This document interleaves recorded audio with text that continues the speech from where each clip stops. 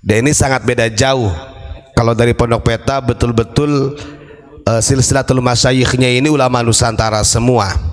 Berbeda dengan silsilatul masyayikh Thariqah Syadziliyah yang ada di panduannya Habib Lutfi. Di situ ada dua ulama kita yang dibinyahyakan, diba'alawikan, yaitu Kiai Haji Abdul Malik Purwokerto sama Kiai Haji Nahrawi, Ahmad Nahrawi. Beliau kelahiran Purbalingga.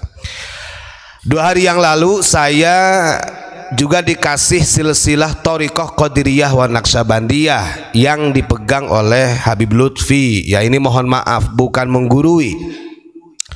Yang di situ Habib Lutfi ini mengambil sanad TQN Thariqah Qadiriyah dari ada 4 tahapan habaib. Jadi dari Habib yang terakhirnya adalah kepada Syekhona Khalil Bangkalan. Ini perlu kita luruskan. Di dalam catatan panduan TQN memang banyak sekali murid daripada Syekh Ahmad Khatib Sambas selaku penyatu Thariqah Qadiriyah wa Naqsyabandiyah. Karena dua thariqah ini dua thariqah yang berbeda, disatukanlah oleh Syekh Ahmad Khatib Sambas.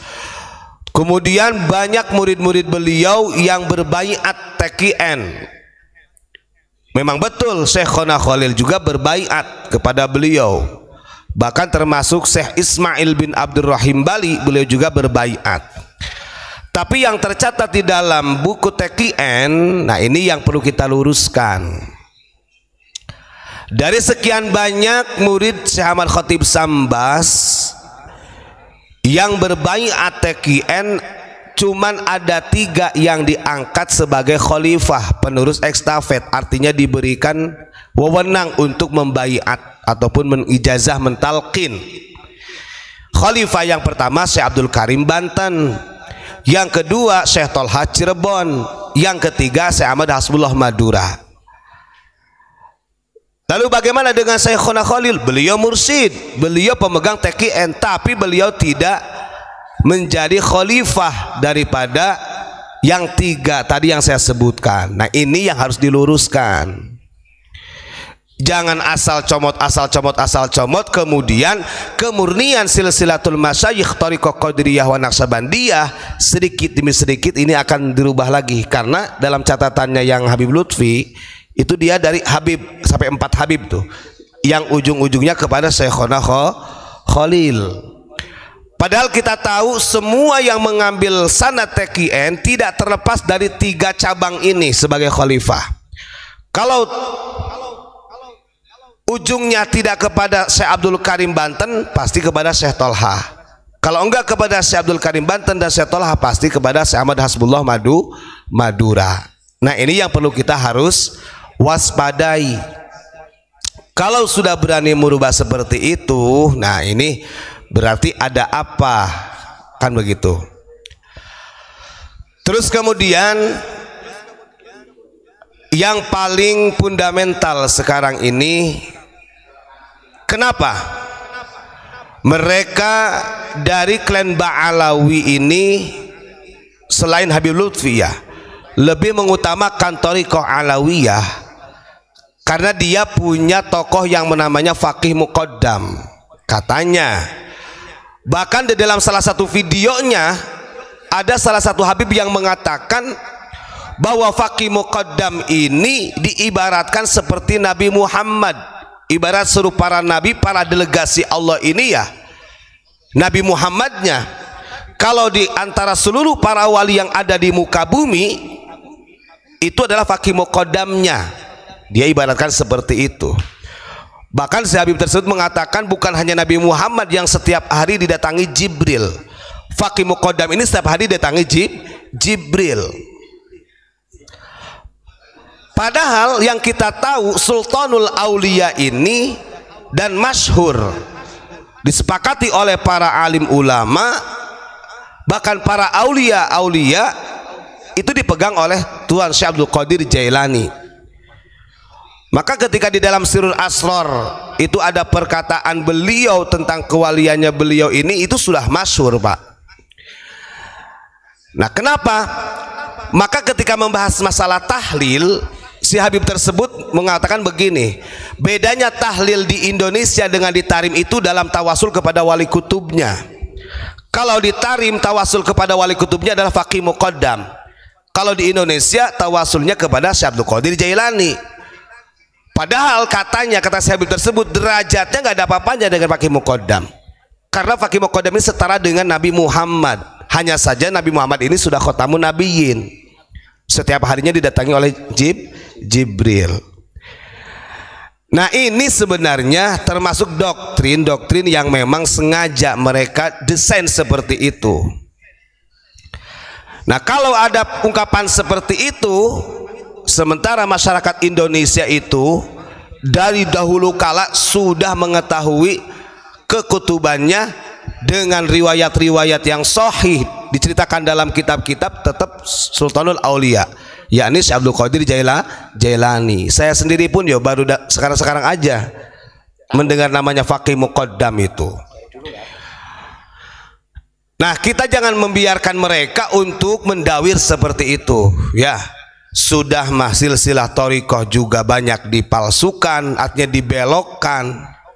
Kemudian mereka membikin framing tentang wali kutub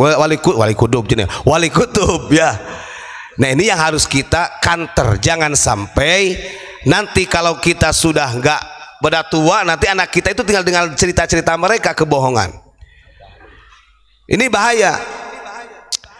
Jadi jangan sampai dibiarkan. Maka saya ingat ini dalam salah satu hadis Nabi. Ini saya bacakan dulu hadis nabinya ya. Ya, ini tinggal nanti dicerna saja dalam hadis Nabi. Di dalam hadis Nabi beliau mengatakan begini, innahu lam takun fitnatun fil ardi mungdhu dzara Allahu dzurriyyata adama a'zama min fitnatid dajjali wa inna allaha la yab'ats nabiyyan illa hadzara ummatad dajjal yang artinya tidak ada ujian di muka bumi sejak Allah ciptakan Adam yang lebih besar melebihi fitnah dajjal, dan sungguh setiap Allah mengutus seorang nabi pasti dia akan mengingatkan umatnya dari bahaya dajjal. Nah, hadis ini ada di dalam Sunan Abu Dawud. Lanjutannya begini, la ghairud dajjal akhwafuni min ummati. Ada tuh. Sementara kanjeng Nabi ini ada yang lebih ditakuti oleh kanjeng Nabi selain dajjal, sehingga para sahabat bertanya, qila, siapa ya Rasul? Ditanya, maka a'immatu mudillin, yakni para pemimpin, para kiai, para ulama, ya para habaib yang bisa menyesatkan. Nah, kalau kita lihat dari cara mereka gitu kan, cara mereka, doktrinnya mereka, kemudian bahkan mereka istilahnya kekutubannya dari klien mereka itu tidak ada yang mengungguli, pokoknya harus dari mereka saja. Nah, ini kan sudah bisa menyesatkan umat.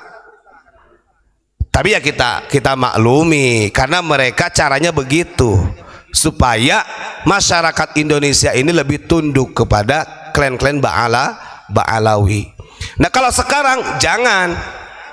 Kita sudah membahas beberapa hari yang lalu ya tentang mengenai framing mereka untuk memperkenalkan bahwa mereka orang-orang hebat itu di framing sebagai Qutbul Aqtab. Dari beberapa habaib ini dikutubkan, dijadikan wali kutub. Nah, ini yang harus kita fahami, jangan sampai nantinya anak cucu kita itu percaya gitu loh Pak. Iya. Menceritakan tentang faqih muqaddam itu ada di kitab Manhajus Sawi, karya dari mereka, kitabnya mereka gitu loh.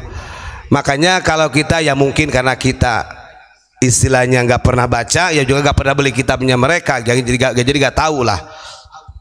Yang jelas mereka ini seperti Thariqah Alawiyah ini kan mereka mengatakan ini adalah dicetuskan oleh faqih muqaddam seperti yang tadilah Ini saya ada videonya Pak, pernyataan dari Habib tersebut. Pokoknya faqih muqaddam ini ibarat Nabi Muhammadnya kalau di kalangan para nabi.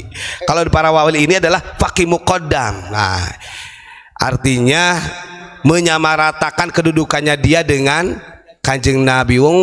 Nabi ini maksum kok. Kalau wali itu nggak maksum, mahfud. Kalau betul wali, tapi kan nggak tahu apakah itu wali atau bukan. Yang jelas kita harus tetap waspada dengan doktrin-doktrin mereka. Walaupun masih banyak, lah saya katakan nggak banyak sih Pak. Kalau dikatakan muhibbin kepada mereka sekarang sudah mulai tersadarkan. Banyak orang yang teredukasi lah.